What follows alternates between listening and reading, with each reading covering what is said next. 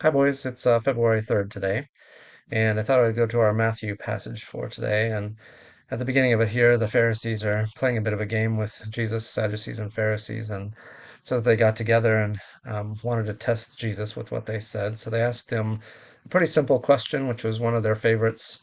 Teacher, which is the greatest commandment in the law? And they were trying to get him to either minimize the law or maximize the law or just kind of take a stance, put himself in one camp or the other, so that he would alienate some of his followers potentially, and or maybe so that they get him on their side, or give a reason not to have them on their side.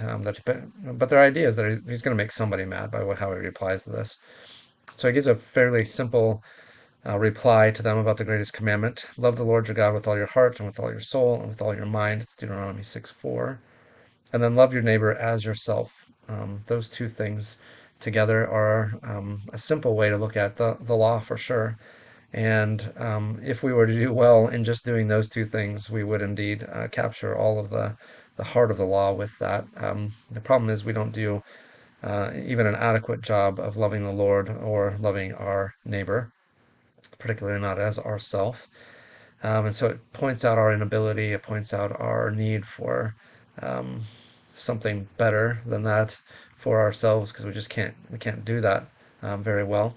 So I love the fact that Jesus makes it simple but not easy, right? That it's not hard to know what the Lord's requirements are, but it is hard to do them, particularly in your own strength and power, because you need a new heart for it. You need to be born again. You need to be sanctified. You need to be redeemed, renewed, born again. And so he makes it simple for them, but not easy for them. And I think that's a good reminder for us too. If we keep it relatively simple, if we understand that God's requirements aren't um, difficult to understand. They don't belong only to the most intelligent, but they belong to all of us, and that his expectations are equal for everyone, right? That he doesn't expect one thing of you and another thing from me, but also to know that they're consistent, and each and every one of us has to answer for those expectations as well.